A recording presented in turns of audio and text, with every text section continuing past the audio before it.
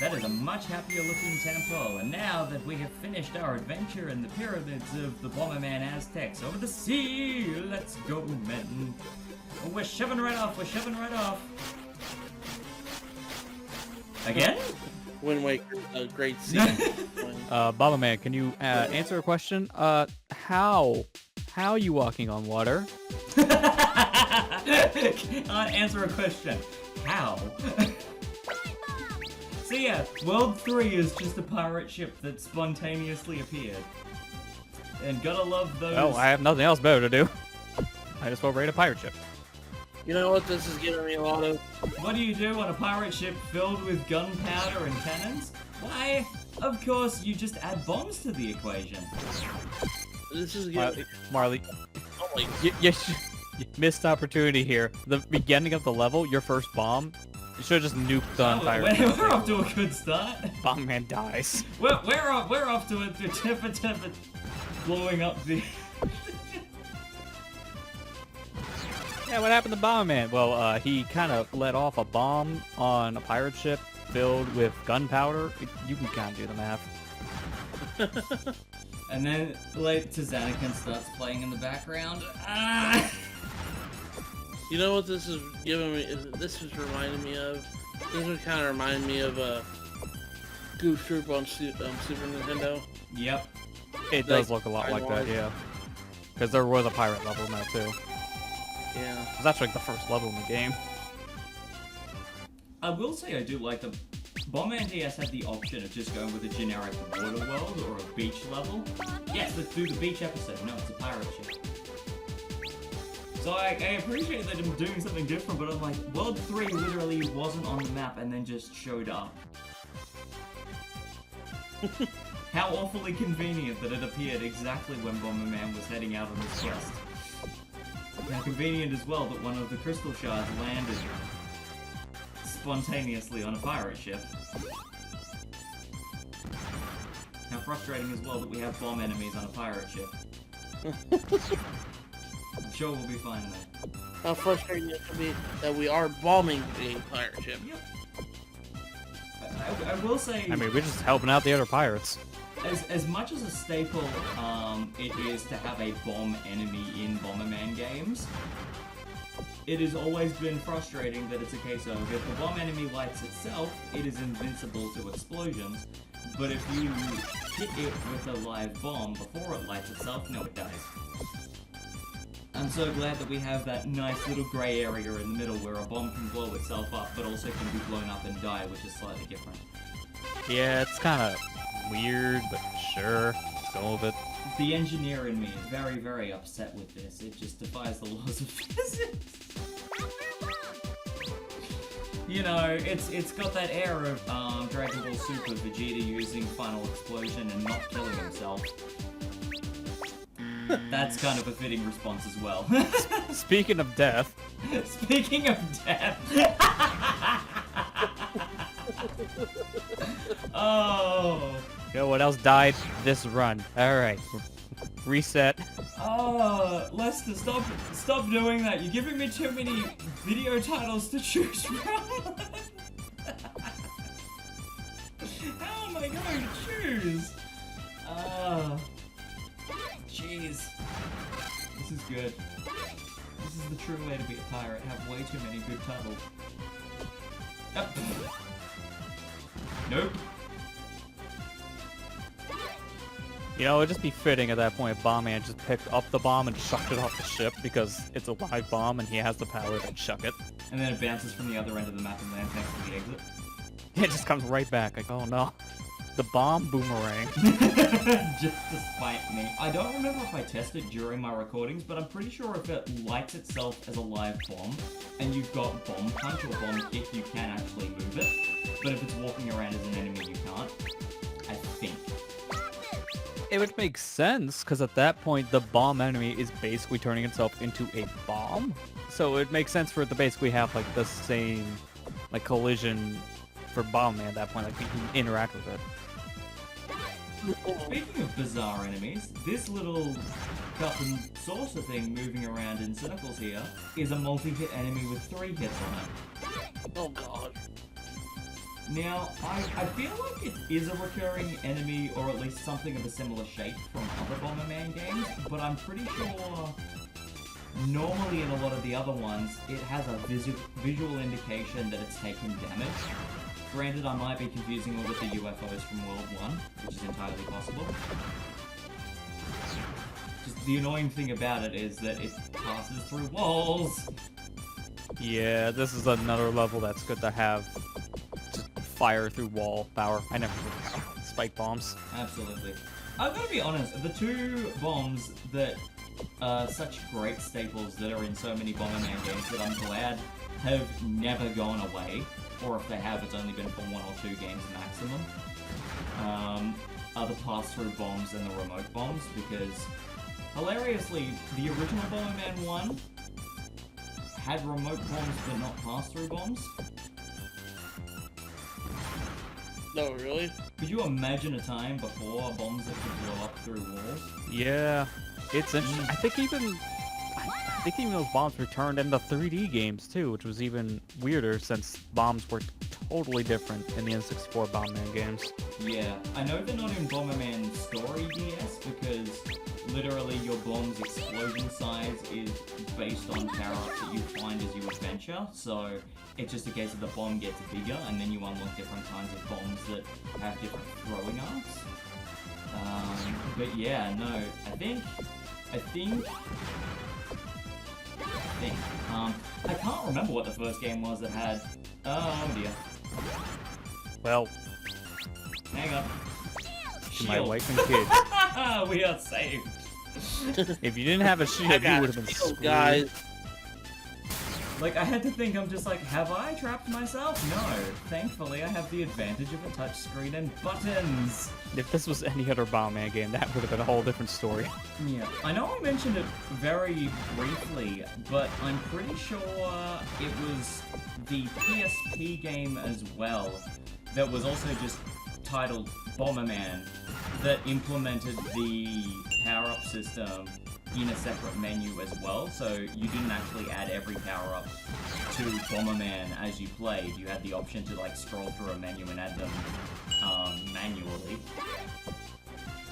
But it kind of went for more of a 2.5D kind of aesthetic, which is pretty cool. Like, the number of times the concept of Bomberman 1 like has been reinvented is actually kind of ridiculous, and a lot of them were from the early 2000s. So it's... It also just makes you think, how many titles in the series were just called Bomberman? Because they seem to have done that a lot. At least 5. So I'm pretty sure it's... so original Bomberman, Bomber Boy on the Game Boy original has original Bomberman built into it, so I guess that counts. Bomberman 2 on NES is called Dynablaster, which is what Bomberman 1 is called in Europe. So I guess to a lesser extent that counts. Well, I actually think I got a list of them, and it's a lot. It's more than 5. The Amiga version, which was also on the TurboGrafx, was called Dynablaster in Europe, but also called Bomberman in Japan. Then you got the PSP version, then you got the DS version, and then I think there was one on Xbox Live Arcade as well, so I think there's at least 6 or 7. But continue if I've missed any more. From what I'm seeing, at least from what I found on Wikipedia, you got, you know, the first one, which is NES, so Bomberman. Then Bomberman on TurboGrafx 16, PC Engine, all that, like you mentioned. Then the Intellivision, that was also called Bomberman. Mm-hmm. And then that was pretty much it for like main Bomberman games, because when you break up into categories, it just gets insane. So Bomberman on N-Gage, Bomberman on PSP, Bomberman on DS. Let's see here. There's still more on mobile. Bomberman on mobile devices. So this is like 2003, like your flip phone. And then iOS, Bomberman. So far that's 8. And then there was a cancel Bomberman 3DS. So technically, if that went through, 9. 9 times I did this. Because that cancelled one, as I was saying last part, originally they wanted Bomberman DS to look more like Strikers, and then they're like, oh, I mean we could do this again on the 3DS, and then that's when Hudson Stock started to lose traction, Konami absorbed them. I mean, Which, I mean, I'm grateful for. do you also want to count the MSX one because it's called Bomberman? It's very close. I think if you translate that, it's Bomberman. Yeah. And I mean, like, basically anything that's called Dynablaster is also technically considered either Bomberman or Bomberman 2. So that also encompasses like half of the ones that just had a number tacked on the end for American releases, which is kind of hilarious. Don't get me started. Also, fun fact, Bomberman is also on Spotify, so it's either a game or a Spotify playlist, which is just a bunch of Bomberman songs. Like, one of them is a Bomberman remix and some original stuff. There is technically one more that's not on that list, and that's Bomberman Party Edition on the PlayStation 1. Because that literally has a mode that is a 32-bit remake of Bomberman 1, but with the graphic style of Bomberman Party Edition, which is basically just this but high res. Yeah, you're right, because I'm reading the Wikipedia entry. It's like Bomberman Party Edition, known in Japan and Europe. Simply Bomberman. Yep. So, yep. It's like 11. Yep, there we go. So, 9 to 10 different versions of... Again, if we count that MSX one, it's like 11. So I'm happy to discount the cancelled the cancelled 3DS one and just make that a nice round 10. Yeah, that makes sense because it doesn't exist. But either way, that's insane. James Bond, Sonic 1, Rayman, Eat Your Heart Out. Oh wait, the arcade one goes back to 11. That's also called Bomberman. Wait, did I mention the arcade? I'm losing count. There's too many of these. I just call them Bomberman. The arcade version is a difficult one because depending on what region it was playable in, the name of it changed. So it was known as Bomberman in Japan, New Dynablaster in Europe, and Neo Atomic Punk in America. And then it got a sequel, which was literally just called New Bomberman World, which is Yeah. Is Bomberman World, or also called Dynablaster Global Quest, or Atomic Punch Global Quest / Atomic Punch 2? Oh man, this series gets confusing. That's a mouthful, man. I know.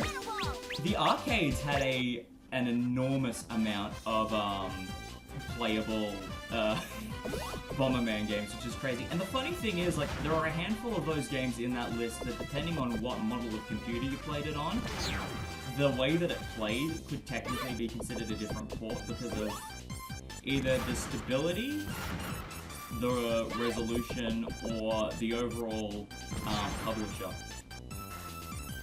If you're ever bored one day, just load up the list of Bomberman games on Wikipedia, because you'll probably be there a whole afternoon. There are so many games. And I mean, like, here's the really, really sad thing. I guess it's also a case of when you look at Bomberman, how you want to distinguish what is classic Bomberman, whether you go by the single player or the multiplayer. Because, I mean, technically Bomberman 1 didn't have multiplayer, but any re-releases that it had did have multiplayer, and that's what Bomberman's known for so easily. And literally 80% of Bomberman games will have a classic mode that is based on the classic style, even if it's a 3D game of a completely different playstyle. Even Bomberman Land Touch has a classic multiplayer mode that is based on that multiplayer style. That literally has the multiplayer... Yeah, Bomberman 64 did the same thing. The multiplayer in the Bomberman Land Touch games is compatible with the multiplayer in Bomberman Story DS, and I like excuse me? That's a weird link. Yeah, like they literally went, if you have these games, they're considered under the Bomberman DS Multi-Pack Battle Pass version 2. So they are compatible because Bomberman DS's multiplayer is known as Bomberman Multiplayer Pass 1. And I think is specifically only compatible with Bomberman DS and Bomberman Land Touch 1. For Bomberman Land Touch 2, Bomberman Story, and Bomberman 2 DS, you can play the multiplayer between all three of them. It's the dumbest thing and I love it. I don't know what Hudson were thinking of, but I mean, they tried to leave no one out. Konami? I mean, they're leaving everyone out. That 64-player game is like Stadia only still. It's supposed to be coming to everything else soon. Yeah, it's Stadia only, and it looks like it literally just looks like Bomberman from Xbox Live Arcade. So I mean, there's no reason they should leave people out. It was just like a weird partnership. It's like, of all the people to pick that up, I don't think anyone I expected mean, Google. actually, oh, yeah, dangerous bomb. It got like the It was toe at this your moment heel. he knew. He freaked up. Yep, that I knew that was gonna happen at one point. 'Cause I was even saying that before, like, oh yeah, this going through wall arc thing is probably gonna screw you over, and then it screws you over.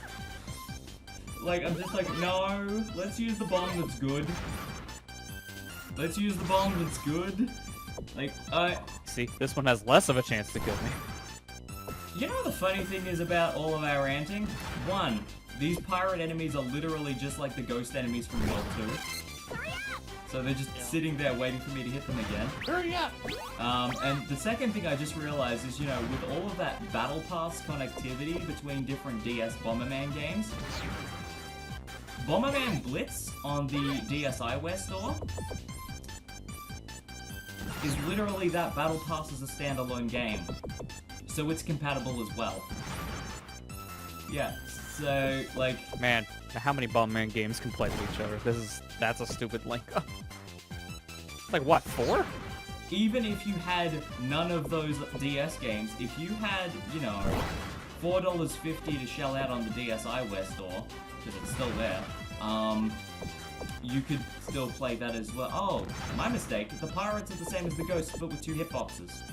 So you have to hit them twice to kill them.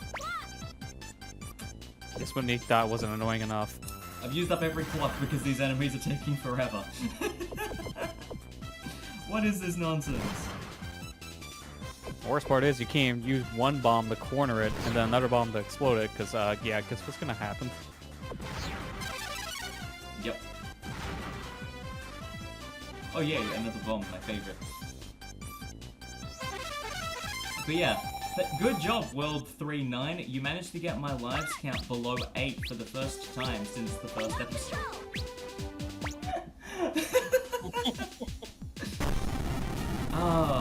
Everyone remember the crab boss from Pocket? Bomberman. He comes back for Bomberman DS. I love it. He's like, you did not join me in the sea? How dare you be on my pirate ship? How dare you come in with remote bombs? Like, I'm genuinely trying to... I'm not a Well said. I'm genuinely trying to remember if he shoots starfish at me. Nope, he just jumps to the bottom screen. I like how you can just, like, smuff out your bombs, though, like a candle. True. I mean... Oh no, he's Nicky. I fried him. Oh man, put on some pants, come on, man. But yeah, the bubbles, I believe, snuff out the explosion, so if the bubble sits on the bomb and then it explodes, the bubble actually encapsulates the explosion and it won't go past the 1-1 square. Oh yeah, it makes it basically a shield at that point for him. On the upside, the bubbles don't actually hurt Bomberman, they just make him dizzy. So, like, there is at least a good balance to that, so he's not completely broken, which I appreciate. He seemed way easier than the World 2 boss for that reason alone. Like, it's so much harder to hit you.